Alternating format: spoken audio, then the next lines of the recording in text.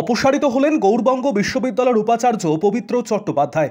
মঙ্গলবার রাতে তাকে হঠাৎ করেই আচার্য তথা রাজ্যপাল সিভি আনন্দ বোস অপসারণের নির্দেশ পাঠান বলে খবর, যা বুধবার সকালে জানাজানি হতেই শিক্ষা মহলে জোর চাঞ্চল্য তৈরি হয়। সেই সঙ্গে এই রাজ্যপালের এই নির্দেশকে ঘিরে ফের নতুন করে রাজ্যপালের মধ্যে সংঘাতের আবহ তৈরি হয়। উল্লেখ্য, রাজ্যের সমস্ত বিশ্ববিদ্যালয়ের আচার্য হলেন রাজ্যের রাজ্যপাল। তাই আচার্য হিসেবে মঙ্গলবার রাতে রাজ্যপাল সিভি আনন্দ বোস হঠাৎ করেই গৌড়বঙ্গ বিশ্ববিদ্যালয়ের উপাচার্য পবিত্র চট্টোপাধ্যায়কে অপসারণের নির্দেশ পাঠান। যদি অপসারণের কারণ হিসেবে সঠিকভাবে এখনও কিছু জানা যায়নি, তবে সূত্রের খবর অপসারণের পেছনে দায়িত্ব পালনে ব্যর্থতার বিষয়টি উঠে এসেছে। জানা গিয়েছে, আচার্য তথা রাজ্যপাল 25শে আগস্ট গৌড়বঙ্গ বিশ্ববিদ্যালয়ে সমাবর্তন অনুষ্ঠান করার নির্দেশ দিয়েছিলেন, কিন্তু বিশ্ববিদ্যালয় কর্তৃপক্ষ সেই নির্দেশ মেনে 25শে আগস্ট সমাবর্তন অনুষ্ঠান করতে পারেননি। সেই কারণে কর্তব্য পালনে ব্যর্থতার জন্য গৌড়বঙ্গ বিশ্ববিদ্যালয়ের উপাচার্যকে অপসারিত করা হয়েছে বলে খবর। এই বিষয়ে গৌড়বঙ্গ বিশ্ববিদ্যালয়ের রেজিস্ট্রার বিশ্বজিৎ দাস জানিয়েছেন, উপাচার্যকে অপসারণের নির্দেশ তার কাছে আসেনি। তিনি উপাচার্যের কাছে বিষয়টি জানতে পেরেছেন। জানার পরপরই বিষয়টি তিনি রাজ্যের উচ্চশিক্ষা দপ্তরের সঙ্গে যোগাযোগ করেন। উচ্চশিক্ষা দপ্তর তাকে অপেক্ষা করতে বলেছেন। আরও আপডেট থাকতে আমাদের ভিডিও শেয়ার ও ফেসবুক পেজটিকে লাইক করে ফলো করে দিন। রাজভবন থেকে একটা নির্দেশিকা এরকম শোনা যাচ্ছে, আপনারা কি নির্দেশিকা পেয়েছেন এবং এখন পর্যন্ত কি করবেন আপডেট? আমাদের উপাচার্যর কাছেই সেই নির্দেশিকা গতকাল এসছে, আমার কাছে আসেনি। রেজিস্ট্রারের মেলে বা রেজিস্ট্রার অফিসিয়াল মেলে কোনো নির্দেশিকা আসেনি। আমরা উপাচার্য আমাকে সেই মেলটা সকালবেলা ফরওয়ার্ড করেন এবং বলেন তাঁর কাছে আর ফাইল না পাঠাতে। এতটাই আমাদের কাছে খবর। তো এখন তাহলে কি করণীয়? আমরা যেহেতু রাজ্য সরকারের বেতনভোগ কর্মচারী, আমি উপাচার্যকে জিজ্ঞেস করেছিলাম, স্যার আমি কি করব? তখন তিনি বলেন, আমি এখনো তিনি উপাচার্য মনে করি, তিনি বলেন যে তুমি তোমার দপ্তরকে জানাও। আমি হায়ার এডুকেশন দপ্তরে জানিয়েছি বিষয়টা, তারা আমাকে অপেক্ষা করতে বলেছেন। এখানে কি সমাবর্তন হওয়ার কোনো একটা বিষয় আসছে, যে সমাবর্তন হওয়ার কথা ছিল? 25 তারিখ একটা সমাবর্তনের ডেট রাজ্যপালের দপ্তর থেকে দেওয়া হয়েছে, কিন্তু আমাদের যে এই হিউজ পরিমাণ স্টুডেন্টদের সমাবর্তনের সার্টিফিকেট দিতে হবে এবং এই বিগত 9 বছরের অনেক মেডেলের অনেক সিদ্ধান্ত নেওয়ার বিষয় আছে, সেগুলো স্বাভাবিক কারণেই কতগুলো পদ্ধতি মেনে আমাদের করতে হবে। সেই পদ্ধতিগুলো আমরা করছিলাম, কিন্তু আমরা জানিয়েও ছিলাম যে এত শর্ট টাইমের মধ্যে করা সম্ভব নয়, আমাদের টাইম এক্সটেন্ড করা হোক। সেই চিঠি আমরা নির্দিষ্ট তারিখের 1 মাস আগে সেটা পাঠাই, কিন্তু অপর প্রান্ত থেকে আমরা কোনো রেসপন্স পাই। জানা যাচ্ছে দায়িত্ব পালনের ব্যর্থতা বা দুর্নীতি এরকম একটা বিষয় আসছে আশঙ্কা অপসারণের পেছনে।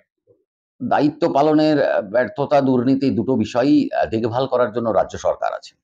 রাজ্য সরকার দুর্নীতি হলে রাজ্য সরকার ইনকোয়ারি কমিটি করেন। ইনকোয়ারি কমিটিতে আমরা ফেস করি, যে কোনো বিশ্ববিদ্যালয়ে ফেস করে, তারপর যা সিদ্ধান্ত হয় সেটা সিদ্ধান্ত।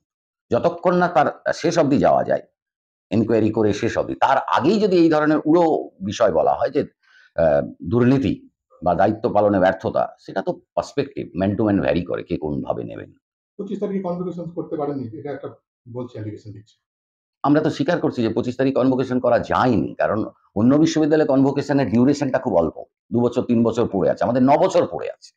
9 বছরে আমার প্রায় কয়েক লক্ষ ছাত্রছাত্রীর সার্টিফিকেটের ব্যাপার আছে। আমরা প্রেসকে রাজি করাতে পারিনি, বা তারা ওই কাজটা এত অল্প সময়ের মধ্যে তুলে দিতে পারেনি। তখন ভাইস চ্যান্সেলর সরাসরি চিঠি দেন যে আমাকে টাইম বাড়ানো হোক, আমাকে আরো ফার্দার টাইম বাড়ানো হোক। সেটার কোনো রেসপন্স আছে?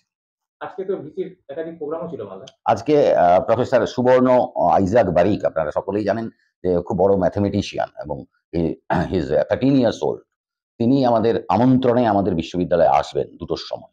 একটা সায়েন্টিফিক রিসার্চ ওরিয়েন্টেড বক্তৃতা আছে, যেখানে আমাদের সায়েন্সের রিসার্চ স্কলাররা এবং সায়েন্স ফ্যাকাল্টির অধ্যাপকেরা সেটাতে জয়েন করবেন। সেটার উদ্বোধন করার কথা ছিল উপাচার্য মহোদয়।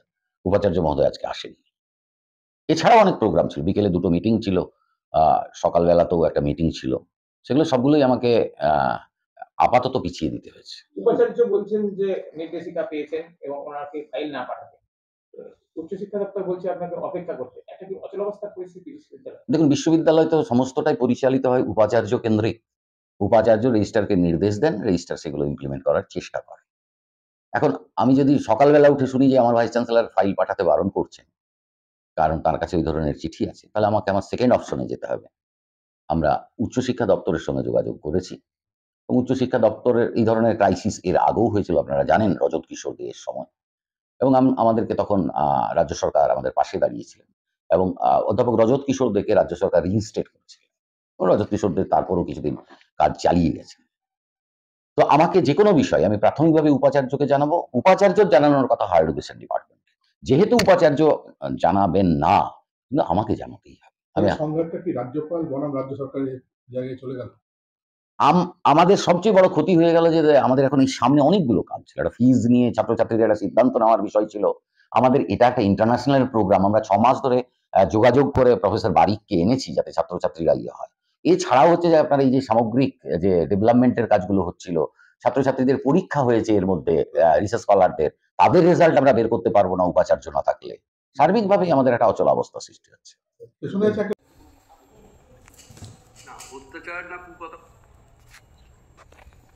কবে থেকে শুরু হচ্ছে? 24 তারিখ। 24 তারিখ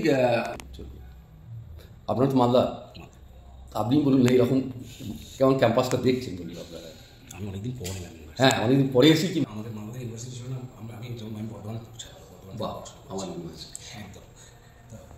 আমার তো ওটা হচ্ছে নষ্ট লাগবে।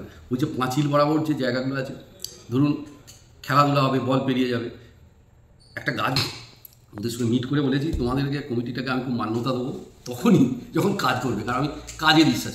পাঁচিলের ধারা দেবে, আপনি কলা পাতা বিক্রি করতে পারবো, আমি রিজেনারেট করতে পারবো, মানে ফান্ড জেনারেট করতে পারবো। আমরা এখানে ভার্মি কম্পোস্ট তৈরি করছি। প্রত্যেকে কিন্তু দেখুন এখানে কাউকে দেখতে পারেন, সব নিজের নিজের কাজে ব্যস্ত। রুরাল টেকনোলজি সেন্টার কেন বলুন তো? এখানকার যারা চাষি আছে তাদেরকে যারা আমরা